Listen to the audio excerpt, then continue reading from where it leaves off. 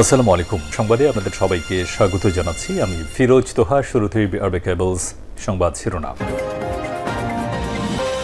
পুরোদমে Iran, Israel এবং নিরীহ ফিলিস্তিনিদের মাঝে ভয়াবহ যুদ্ধ চলছে হামলা পাল্টা হামলা। এরই মাঝে আমাদের হাতে এসে পৌঁছেছে এই যুদ্ধের সর্বশেষ গুরুত্বপূর্ণ সবথেকে তাজা আপডেট সংবাদ আপনাদের জানিয়ে দিব। প্রথমে জানাবো, আবারও ইরান যুক্তরাষ্ট্র মুখোমুখি। সাগরে মুখোমুখি যুক্তরাষ্ট্র ইরান। সরতে বাধ্য হল মার্কিন যুক্তরাষ্ট্রের যুদ্ধজাহাজ। ওমান সাগরে একটি মার্কিন ডেস্ট্রয়ার, যুদ্ধজাহাজ এবং ইরানি নৌবাহিনীর একটি হেলিকপ্টারের মুখোমুখি বাদানুবাদের ঘটনা ঘটেছে আজ। ওই ঘটনায় সংক্ষিপ্ত সময়ের জন্য সাগরে উত্তেজনা ছড়িয়ে পড়ে, তবে শেষমেশ এটি গোলাবারুদের সংঘর্ষ ছাড়া শেষ হয়েছে। ওই এলাকা ছেড়ে পালিয়ে গেছে যুক্তরাষ্ট্রের যুদ্ধজাহাজ।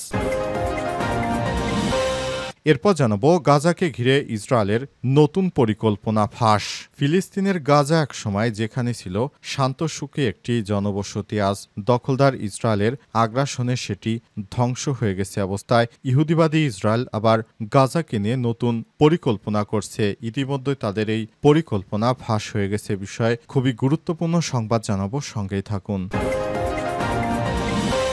এদিকে মার্কিন F-35C-কে চোখ রাঙানি দিচ্ছে চীনের নতুন যুদ্ধ বিমান J-35। চীনের নৌবাহিনীর প্রথমবারের মতো স্টিল ফাইটার J-35 যুক্ত হয়েছে। এর ফলে যুক্তরাষ্ট্রের নৌ আধিপত্যে নতুন চ্যালেঞ্জ হয়ে সামনে এলো চীন। দীর্ঘদিন ধরে যুক্তরাষ্ট্র একচ্ছত্রভাবে এসব কিছু দখলে রেখেছিল, এবার সেটির ব্যতয়ন ঘটল। এদিকে বিকৃত ৬ লাশ শনাক্তে ১১ জনের ডিএনএ সংগ্রহ। রাজধানীর উত্তরায় মাইলস্টোন স্কুল অ্যান্ড কলেজ ক্যাম্পাসে যুদ্ধবিমান বিধ্বস্তের ঘটনায় বিকৃত হয়ে যাওয়া ৬ লাশের দেহ অবশেষ শনাক্তে ১১ জনের ডিএনএ নমুনা সংগ্রহ করেছে পুলিশের অপরাধ তদন্ত বিভাগ সিআইডি। আজ বিকেলেই নমুনা সংগ্রহ করা হয়। এবং সর্বশেষ জানাবো, পরাজিত শক্তির ষড়যন্ত্রের লক্ষণ দেখা যাচ্ছে বললেন প্রধান উপদেষ্টা। জুলাইয়ের গণঅভ্যুত্থানে পরাজিত শক্তির নানা ষড়যন্ত্রের লক্ষণ দেখা যাচ্ছে বলে মন্তব্য করেছেন প্রধান উপদেষ্টা ডক্টর মোহাম্মদ ইউনূস। তিনি বলেছেন, মতপার্থক্য প্রতিদ্বন্দ্বিতা থাকলেও ফ্যাসিবাদের বিরুদ্ধে রাজনৈতিক দলগুলোর ঐক্যকে আরও দৃশ্যমান করা দরকার। তা না হলে ফ্যাসিবাদ আবারও ফিরে আসার সুযোগ পাবে। প্রিয় দর্শক, এতক্ষণ শুনছিলেন সংবাদ শিরোনাম, এবারে বিস্তারিত। তবে তার আগে বন্ধুরা, অনুরোধ থাকবে এই সংবাদটিতে একটি লাইক দিন। এই চ্যানেলে আপনি নতুন হয়ে থাকলে আমাদের সংবাদটি দেখতে দেখতে চ্যানেলটি সাবস্ক্রাইব করে রাখুন। কমেন্ট করে বন্ধুরা আপনার মূল্যবান মতামত জানিয়ে দিন আপনি বিশ্বের কোন দেশ থেকে বা বাংলাদেশের কোন স্থান থেকে আমাদের সংবাদটি দেখছেন এবং শুনছেন। আর বন্ধুরা, এই সংবাদটি আপনার সোশ্যাল মিডিয়া ফেসবুকে শেয়ার করে বন্ধুদেরও দেখার সুযোগ করে দিন। এবারে বিস্তারিত। সাগরে মুখোমুখি যুক্তরাষ্ট্র ইরান, সরতে বাধ্য হল মার্কিন যুদ্ধজাহাজ। ওমান সাগরে একটি মার্কিন ডেস্ট্রয়ার, যুদ্ধজাহাজ এবং ইরানি নৌবাহিনীর একটি হেলিকপ্টারের মুখোমুখি বাদানুবাদের ঘটনা ঘটেছে আজ। ওই ঘটনায় সংক্ষিপ্ত সময়ের জন্য সাগরে উত্তেজনা ছড়িয়ে পড়ে, তবে সেটি শেষমেশ গোলাবারুদের সংঘর্ষ পর্যন্ত গড়ায়নি। এর আগে হার মেনে নিয়ে গতিপথ বদলে ইরানের নিয়ন্ত্রণাধীন জলসীমা থেকে সরে পড়ে যুক্তরাষ্ট্রের জাহাজটি। খবর রয়টার্স এবং আনাদুল এজেন্সির। তেহরান দাবি করে, ইরানের সতর্কতার পর মার্কিন ডেস্ট্রয়ার তেহরানের নজরদারি এলাকা থেকে সরে গেছে। মধ্যপ্রাচ্যের মার্কিন বাহিনীর তত্ত্বাবধানে থাকা নৌবাহিনী এবং মার্কিন সেন্ট্রাল কমান্ডো এই প্রতিবেদনের উপর তাৎক্ষণিক কোনো মন্তব্য করেনি। ইরানের রাষ্ট্রীয় সংবাদ মাধ্যম জানিয়েছে, ইরান একটি মার্কিন ডেস্ট্রয়ারকে তেহরানের নজরদারির অধীনে থাকা জলসীমা থেকে পথ পরিবর্তনের জন্য সতর্ক করেছিলেন, যার ফলে মার্কিন জাহাজটি সরে যায়। গত মাসে ইরানের পারমাণবিক স্থাপনাগুলোতে মার্কিন হামলার পর এই ঘটনা ঘটল। ওয়াশিংটন বলছে, ওই সব স্থাপনা পারমাণবিক অস্ত্র তৈরির কর্মসূচির অংশ ছিল। তেহরান দাবি করে আসছে, তাদের পারমাণবিক কর্মসূচি সম্পূর্ণরূপে বেসামরিক উদ্দেশ্যে। সম্প্রতি ইরানের রাষ্ট্রপতি মাসুদ পেজেশকিয়ান, পররাষ্ট্রমন্ত্রী সৈয়দ আব্বাস আরাকচি বলেছেন, তারা আবার পরমাণু কর্মসূচি সচল করবেন। এর জবাবে ট্রাম্প প্রয়োজনে ইরানে আবার হামলার হুমকি দিয়েছে। গাজাকে ঘিরে ইসরায়েলের নতুন পরিকল্পনা ফাঁস।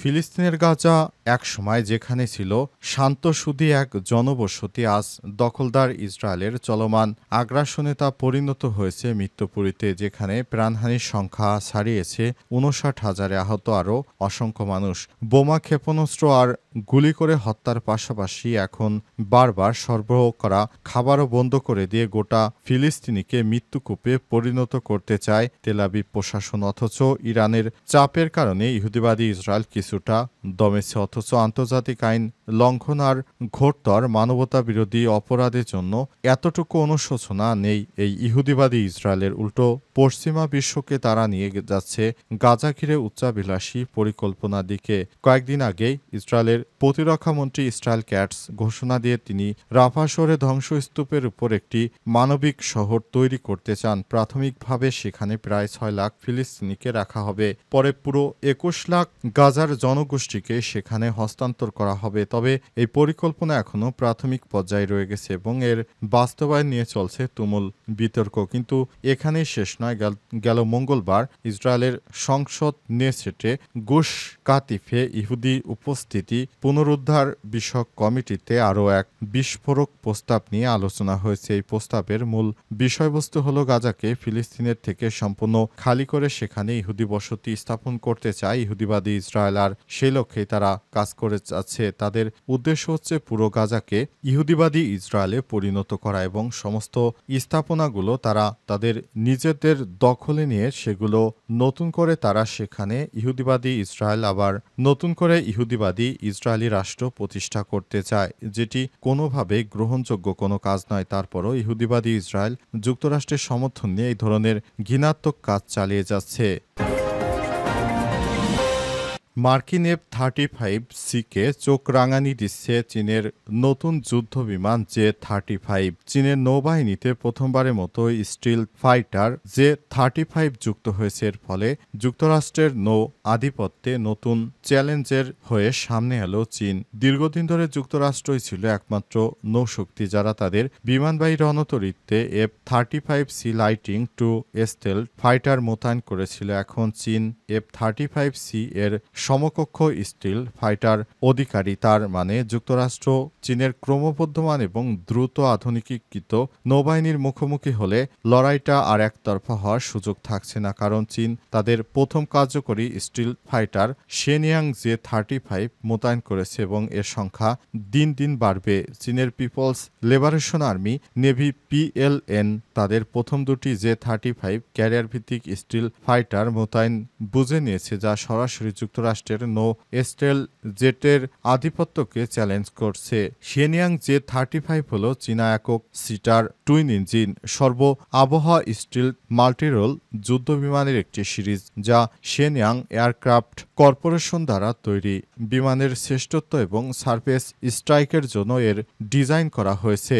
অপরদিকে F-35C হল যুক্তরাষ্ট্রের তৈরি লকহিড মার্টিনের F-35 লাইটিং টু যুদ্ধবিমানের 3টি সংস্করণের মধ্যে একটি। এটি পঞ্চম প্রজন্মের যুদ্ধবিমান, যা উন্নত প্রযুক্তি ও বহু কার্যকারিতা সম্পন্ন। মূলত নৌবাহিনীর বিমানবাহী রণতরী থেকে যুদ্ধ পরিচালনায় এই বিমান ডিজাইন করা হয়েছে। বিমানটি সরাসরি আকাশে উঠতে পারে, তার জন্য কোনো রূপ রানওয়ের প্রয়োজন নেই। এই একই ধারার বিমান তৈরি করে এবার তাক লাগালো চীন।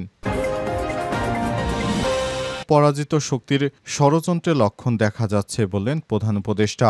জুলাইয়ের গণঅভ্যুত্থানে পরাজিত শক্তি নানা রূপ ষড়যন্ত্রের লক্ষণ দেখা যাচ্ছে বলে মন্তব্য করেছেন প্রধান উপদেষ্টা ডক্টর মোহাম্মদ ইউনূস। তিনি বলেছেন, মতপার্থক্য প্রতিদ্বন্দ্বিতা থাকলেও ফ্যাসিবাদের বিরুদ্ধে রাজনৈতিক দলগুলোর ঐক্যকে আরও দৃশ্যমান করা দরকার, তা না হলে এটাকে তারা সুযোগ মনে করবে। আজ রাষ্ট্রীয় অতিথি ভবন যমুনায় 13টি রাজনৈতিক দল ও জোটের নেতাদের সঙ্গে বৈঠকে তিনি এসব কথা বলেছেন। এক বিজ্ঞপ্তিতে এই তথ্য জানিয়েছে প্রধান উপদেষ্টার প্রেসিং। বৈঠকে পরাজিত শক্তি নানা ষড়যন্ত্র রুখে দিতে অন্তর্বর্তীকালীন সরকারের প্রধান উপদেষ্টা প্রফেসর ডক্টর মোহাম্মদ ইউনূস রাজনৈতিক দলগুলোর প্রতি আহ্বান জানিয়েছেন। তিনি বলেন, আসুন আমরা একসঙ্গে কাজ করি যাতে করে আবারও পলাতক স্বৈরাচার দেশে ফিরে আসতে ফিরতে না পারে এজন্য সমস্ত রাজনৈতিক দলকে একসঙ্গে কাজ করতে হবে। নিজেদের মধ্যে বিভেদ হানাহানি ভুলে নতুন বাংলাদেশ গড়তে আমাদের সবাইকে একসঙ্গে কাজ করতে হবে। অন্তর্বর্তীকালীন সরকারের প্রধান উপদেষ্টা প্রফেসর ডক্টর মোহাম্মদ ইউনূস বলেছেন, যারা এতদিন সুযোগ এর অপেক্ষায় ছিল তারা এখন নতুন করে দেশটাকে ধ্বংস করতে চায়। তাদের হাত থেকে, তাদের ষড়যন্ত্র থেকে দেশকে রক্ষা করতে হলে অবশ্যই গণতান্ত্রিক প্রক্রিয়া একটি সুষ্ঠু নির্বাচন দিয়ে দেশটাকে একটি সুন্দর জায়গায় নিয়ে যেতে হবে। এ কারণে পলাতক ফ্যাসিবাদদের যেন আর দেশে ফিরতে না পারে, এ কারণে আমাদেরকে খুব দৃঢ়ভাবে কাজ করতে হবে। সমস্ত রাজনৈতিক দল যেন একসঙ্গে কাজ করতে পারে, এজন্য একসঙ্গে কাজ করতে হবে।